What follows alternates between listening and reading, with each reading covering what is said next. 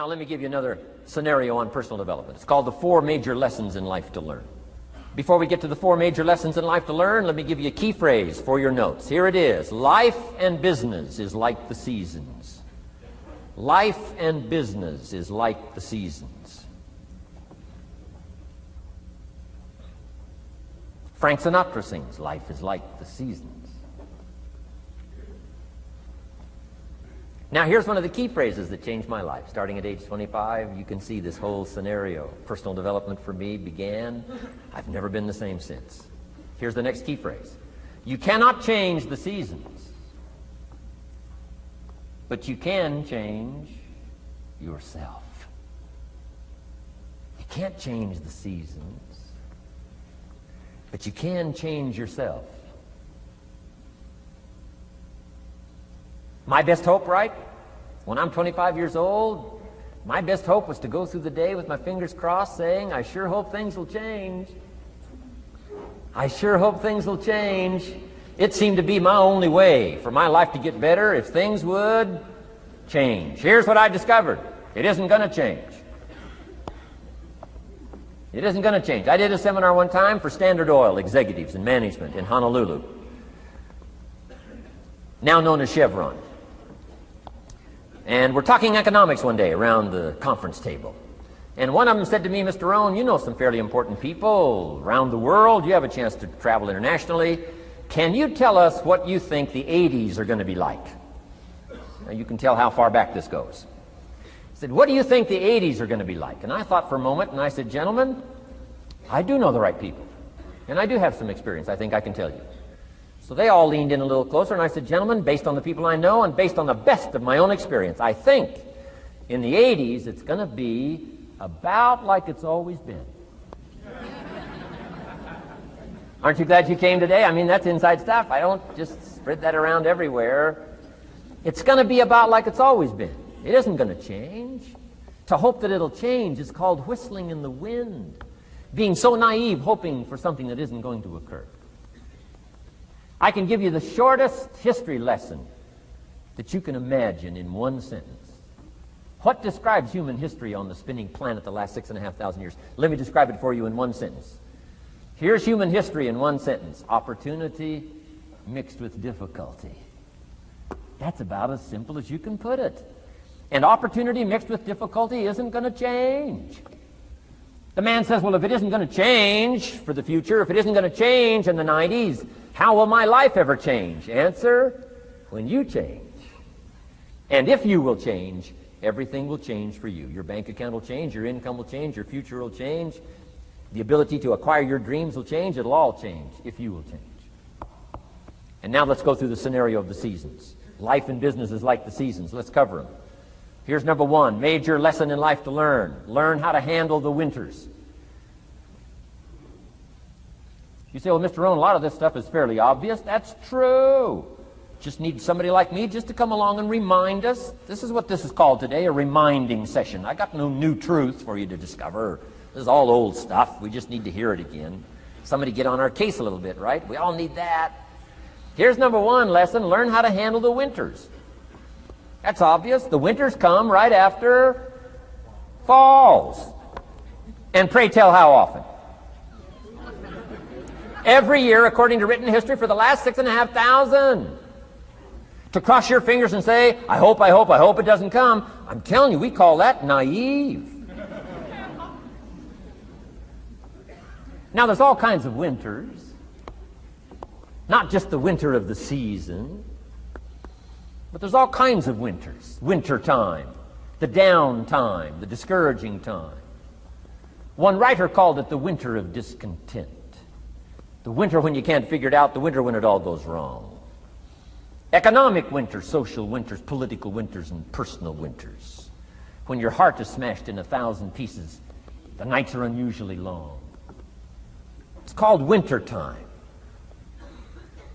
Barbra Streisand sings, it used to be so natural to talk about forever, but used to be's don't count anymore. They just lay on the floor till we sweep them away.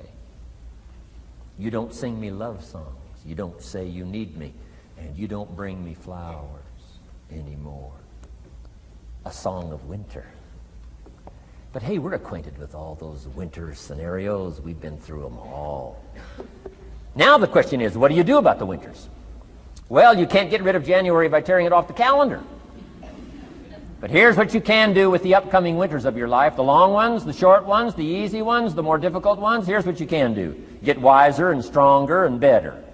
Just make a list of that trio of good words. Wiser, stronger, and better. To challenge for yourself the upcoming winters of your life, don't you think you could read more? Pick up the scenario, pick up the books, pick up the cassettes. So I would put some stuff on cassettes so you can listen to it. Put it in books so you can read it. Now putting it on video so you can see it. I'm telling you, anybody that wants to can get wiser. Next is stronger. Anybody can get stronger. If you're willing to do the push-ups, you can get stronger. If you're willing to put yourself through the paces, you can get stronger. Can you develop stronger skills? And the answer is yes. Start practicing, practicing, practicing. And you can get stronger. Can you get stronger in handling life situations? Of course. But you got to go to work on yourself. You can't blame out there wishing it was easier. Wish you were stronger. And here's the last one, get better. Anybody can get better. Language, we can all get better. I've been lecturing now for 33 years, and I'm telling you, today versus 33 years ago, I'm better. First time I gave a talk, I stood up, my mind sat back down. I mean, I've been through that whole deal. Opened my mouth, nothing came out for a while. My knees are banging together, the sweat's pouring off my face, I'm shaking like a leaf. It's called terror, in case you haven't tried it. Those first attempts. But I'm telling you, I got through it, and I did it again, and I got through it, and I did it again, and I got through it. And now, of course, I can lecture for a few hours in one day. Anybody can get better. Develop the skills, okay? Handle the upcoming winters. Don't wish away the winters. That's called naive. Wish for the skills. Wish for the strength. Wish for the wisdom. Here's the second major lesson in life to learn. Learn how to take advantage of the spring. Uniquely enough, spring follows winter. And pray tell how often? 6,500 times. I mean, those are good odds. I'd gamble on it one more time. I mean, those are good odds. Every time. You can't beat those odds. Spring is called opportunity. Another day is called opportunity. Days follow nights. How about that? And how often? Every day. But now here's what we must learn to do with opportunity. Underline two strategic words in that sentence. Take advantage. Just because spring comes is no sign you're going to look good in the fall. You've got to take advantage of it. You've got to do something with it. Read every book you can on what to do with your springs, what to do with your opportunities, what to do with your days, what to do with your chances. Don't miss the educational process. Don't miss the process of learning. To understand, opportunity keeps coming, but the key is taking advantage, taking advantage. Everybody in this room's got to learn to do one of two things. Plant in the spring or beg in the fall. And it doesn't mean you can't become a sophisticated beggar, but you don't need the reputation. Learn to plant in the spring, take advantage. And there's an urgency here on springtime because there's just a few springs, handful of springs offered to each of us. So take advantage swiftly and quickly. Don't just let the time pass. The Beatles wrote, life is very short. And for John Lennon, it was extra short. For Michael Landon, it was extra short. But life is short. At the longest, it's short. So don't just let the springs pass. Take advantage. Seize the day. Seize the moment. Seize the opportunity. That's the key. Springtime. Life is fragile. Life is brief. Elton John sings, she lived her life like a candle in the wind. It's fragile. It's brief. Whatever you're going to do, you got to get at it. Don't just let it pass away. Here's major lesson number 3. In the summer, learn how to nourish and protect. We've got 2 challenges in the summer in the personal development part of our life. And that is become capable and powerful enough in the summer and wise enough in the summer to nourish what's good and defend yourself against what's bad. Nourish and defend. The summertime is an interesting time. It holds the possibility of the promise of harvest time, but it also has the possibility of the threat. Sure enough, as soon as you've planted your garden, the busy bugs and the noxious weeds are out to take it.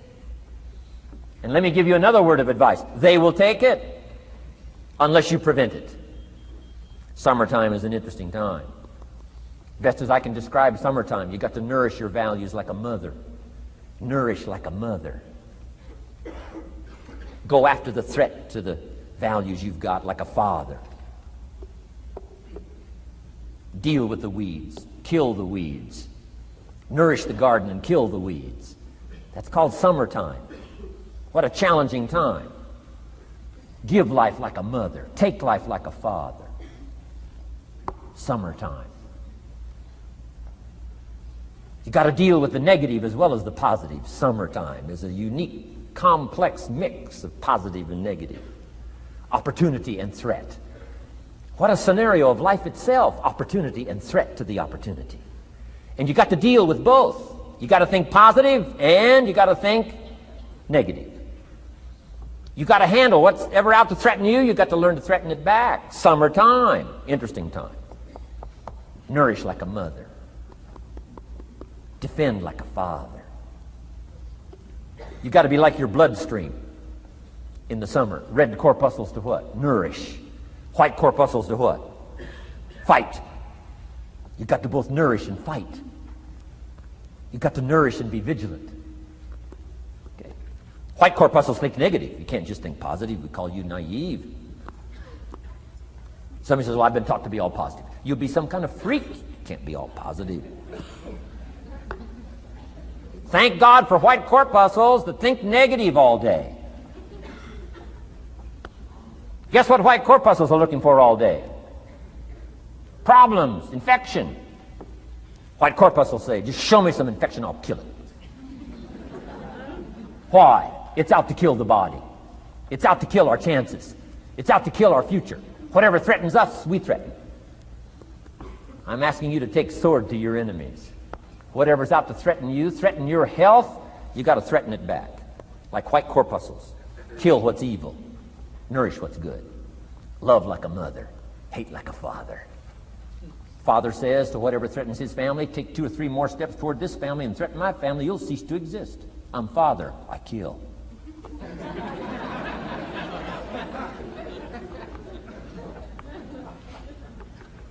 Don't let the weeds take your garden. Wreck your chances for a good harvest. Deal with your enemies in the summer. Called good and evil. The great struggle in life is called good and evil. Tyranny and liberty. Sickness and health. It's the way life is. Tyranny threatens liberty. Takes over Kuwait. Can't have that. If tyranny takes Kuwait, it'll take Saudi Arabia. If it takes Saudi Arabia, it'll take something else. Where are we going to stop tyranny? As soon as possible, lest it take the whole world value. So George Bush draws a line in the sand, consults with its allies, sends 500,000 troops to Saudi Arabia. Finally, Desert Sword, Desert Storm, takes on Saddam Hussein, drives him out of Kuwait. Why? Because it has to be done. The great struggle between liberty and tyranny, the great struggle between evil and good. And you've got to treat your own life the same. Says Saddam Hussein, you can't have Kuwait, can't have Saudi Arabia. Furthermore, we're going to kick you out. Hires Chief White Corpuscle, General Schwarzkopf.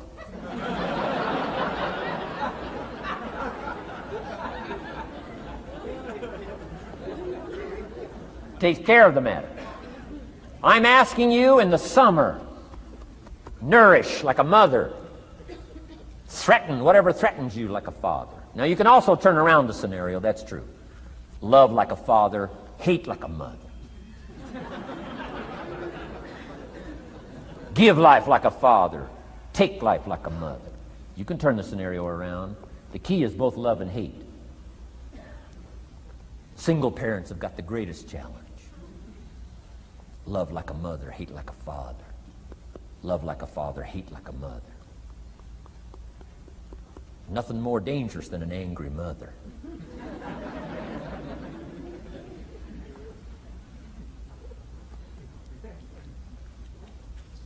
Beware the female species of the animal. They call her Black Widow, spider. Why? Because when she finishes, there is no male spider.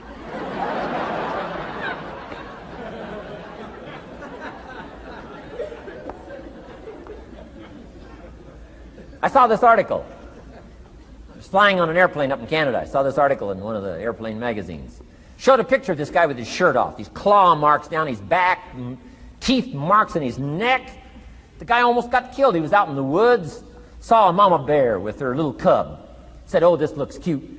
Had his flash camera, went flash, flash, took a picture. Mama bear treats it unkindly, promptly chases him.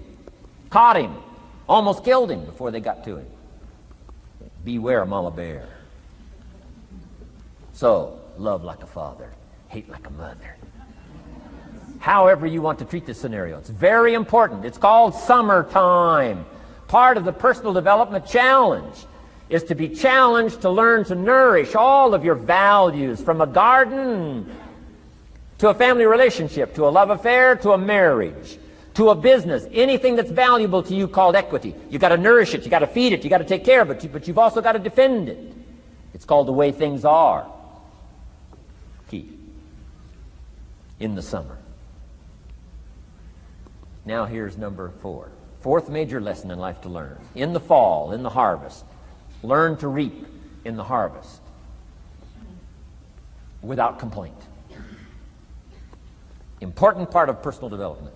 Reap in the harvest without complaint. Take full responsibility. Once you've learned this scenario, it's not the seed, it's not the soil, it's not the sunshine, it's not the rain, it's not the miracle of the giving of life, it's not the seasons that's to be criticized. We must take personal responsibility. So in the harvest, take personal responsibility. It's your crop. Whatever you've reaped, it's your crop. Take responsibility. No complaint. And here's the next one. No apology. The best of human maturity is no apology if you've done well, and no complaint if you haven't. Knowing that that's where the answers lie, within, and then without, in the miracle of the possibilities that we have to work with. Those are the 4 major lessons in life to learn.